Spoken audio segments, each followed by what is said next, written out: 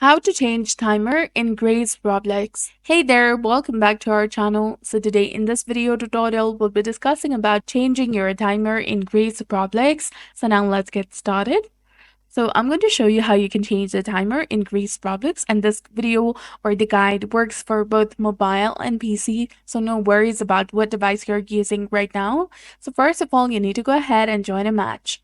Just wait for it to start, and it doesn't matter what level you are or what you have. Anyone can do this. So we are in. So once you're in, go to the change timer, and you will need to go to the private server for that.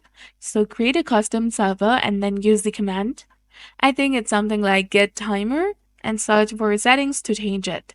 Once you do, you will have your custom server and can set the custom time to whatever you want. And that's it. I hope this video was helpful. If it was, please like and subscribe to our channel. Thanks for watching, and I'll see you in the next one.